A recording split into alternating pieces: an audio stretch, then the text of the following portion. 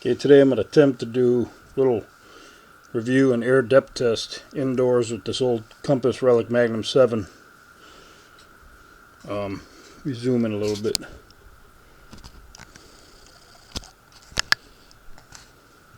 Okay, you got your ground balance here. And you have a speaker tilt switch on and off. When you raise the detector, if you have this on, the sound will come back on. When you lower it, as you're digging, the sound will cut off. It's just kind of like cuts the speaker on and off. You got your tuning here. You got your manual and auto ground balance. I usually keep it on auto. Tone, sensitivity, and discrimination. Let's turn it on. It's very susceptible to EMI, so let's see if we can get it going. 12 AA batteries too in this. You get the switch up here. Let me come back up here. You got your reset switch. Just switch to the left, and for discrimination mode you switch to the right. So you turn the tuning on. And with these detectors, you're supposed to leave a threshold going so you can hear your targets. Got the sensitivity on max. I'll try to get it up as high as I can. While holding the reset switch, you make your sensitivity adjustment and then you release. Got different tones here also.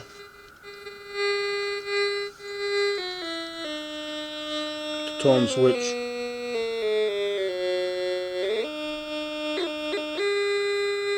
I like the high tone. Try to back the threshold down as much as I can. Let's take the discrimination off just for the air test.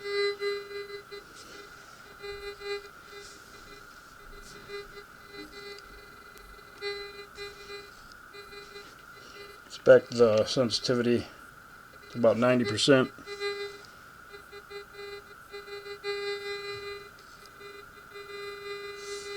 Alright, we'll try that.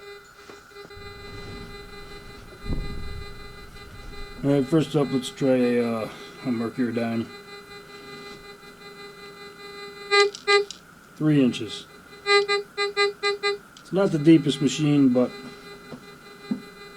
it doesn't really compare to today's newer metal detectors as far as depth, but I guess it depends on where you're at and how large or big the item is also.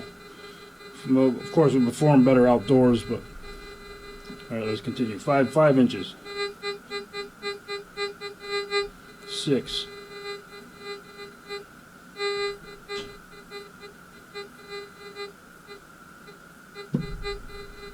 7.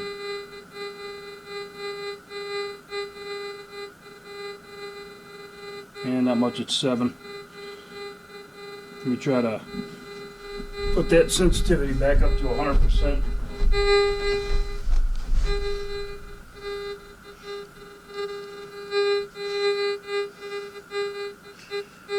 Get a little bit more threshold.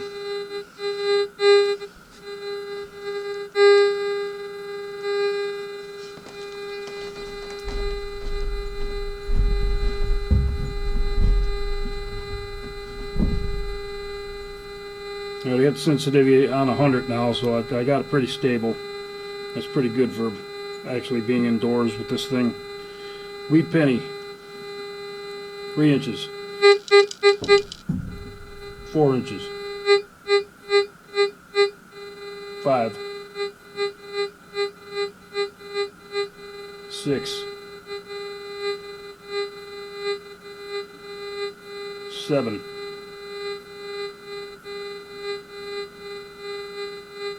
8. Not much at 8. Try an Indian. 4 inches. 5. 6. 7.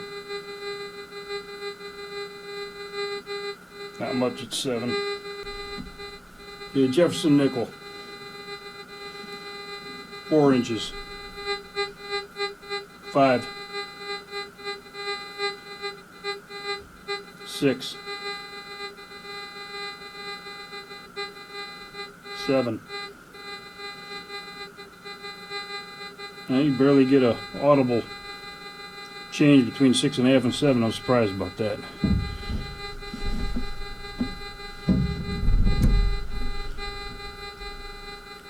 Silver quarter, 4 inches, 5, 6, 7, 8,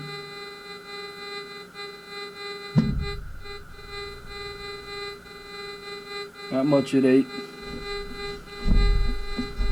Let's do a silver Kennedy half, 4 inches, 5, 6,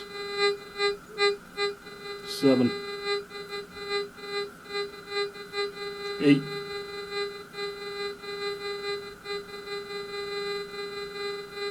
'And you would really have to have your headphones on and really listen to a break in the threshold to dig an 8-inch signal on a half.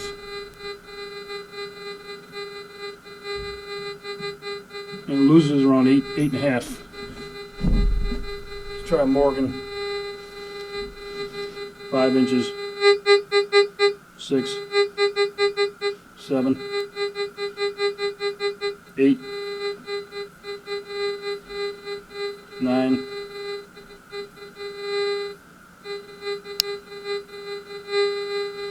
'Slight threshold dip it at 9. Let's try some silver ring. 5, 6, 7, 8. Yeah, about 8 on that one. 8's the limit on that one. Try gold ring. Very thin gold 14 karat ring. 3 inches. 4 inches. 5.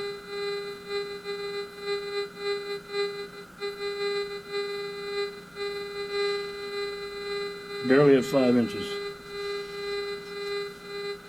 Try a gold bracelet. 4 inches. Pretty weak at 4. 5.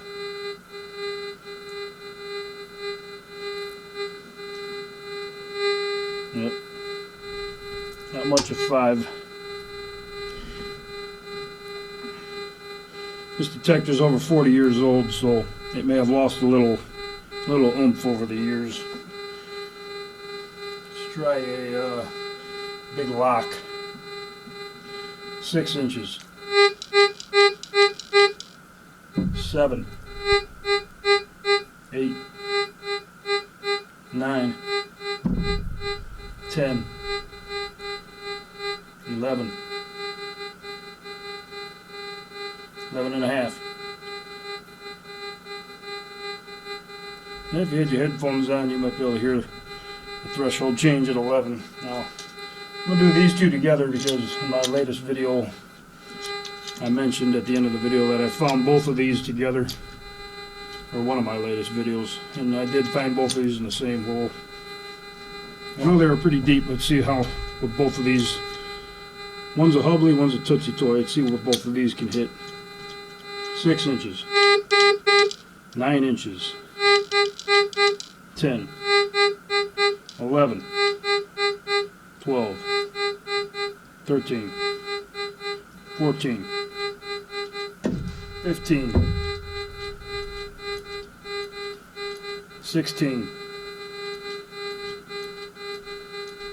17. Yeah, about 17, you kind of still hear the threshold increase. But yeah, I found both of these toys from the mid-1940s together in the same hole back in around 1983. Well, let's try to mess with the discrimination a little bit.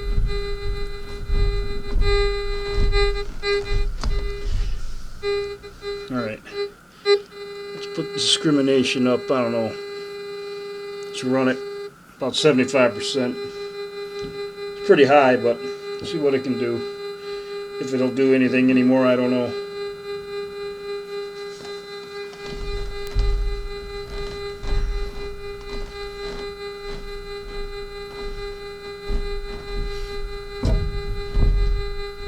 See, I'm going to have to run back and forth on this because you got to switch the switch from very low frequency to discrimination mode if you want to use the discrimination on these old detectors. Let's try an iron ball made out of iron.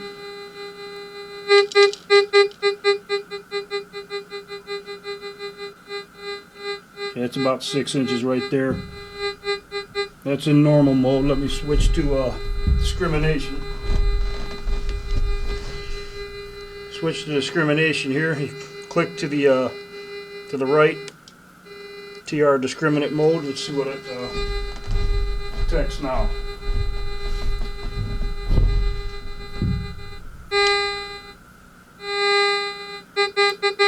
So you hear how it nulls when it goes towards the center of the coil. As I start to move the object closer to the coil, it nulls to a silent right there. You hear it null out.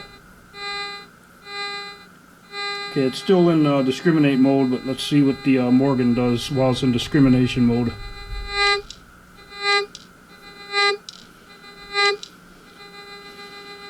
So you can hear that all in discrimination mode, it'll still hit silver no problem. Let's try the big lock. It's probably made out of copper. Let's try this bottle cap. Still hitting that. Let's try a pull tab. Still hitting that, but at very shallow depths. Let's try the gold ring.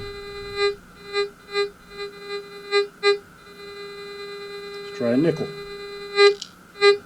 So it's still hitting on most items, unless it's pretty much pure iron.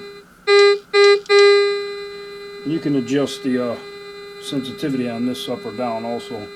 See if it'll hit on the Tootsie Toy. Yep. Okay, I wanted to include this part too because you couldn't really see it on the video. This side of the meter is called treasure, if you can see that. Treasure, and this side is trash. When you use the TR discriminate mode and you pass the coil slowly over the object like I just tried to with the steel ball, you'll see this needle kind of go null towards the trash. Then as you pass the object up, the needle will bounce back and then eventually it'll settle to 0. But I had the sensitivity on max, so it was really sensitive. If you lower the sensitivity, it's a little bit more stable. But anyways, that's how discrimination is supposed to work on this thing.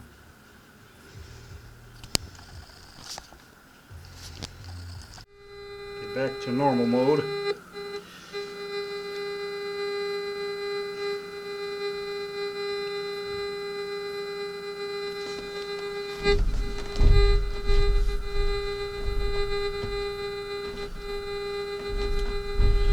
So there you have it, I guess, for the short review on this thing.